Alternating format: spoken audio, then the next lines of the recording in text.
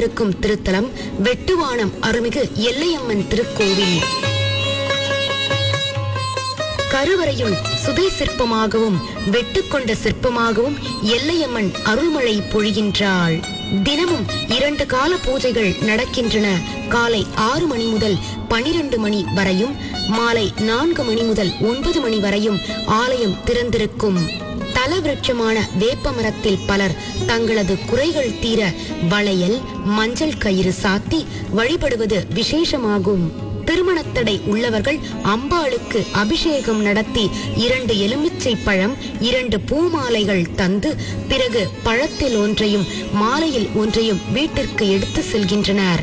திருமணம் கைகூடி நிறைவேறியதும் இங்கு வந்து தலவிருட்சமான வேப்பமரத்தில் அம்மாலையை சாற்றி வழிபடுகின்றனர்.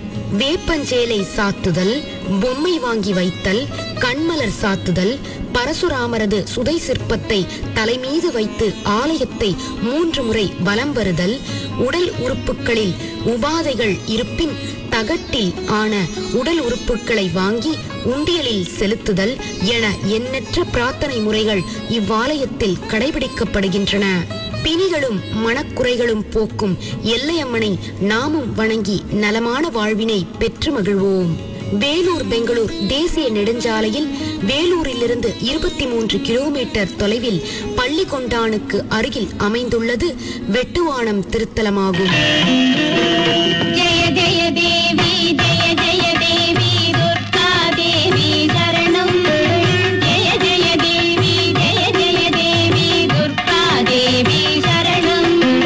துர்க்கை அம்மனை துதித்தால் என்றும் துன்பம் பரந்தோடும். தர்மம் காக்கும் தாயும் அவளை தரிசனம் கண்டால் போதும். துர்க்கை அம்மனை துதித்தால் என்றும் துன்பம் பரந்தோடும். தர்மம் காக்கும் தாயும் அவளை தரிசனம் கண்டால் போதும்.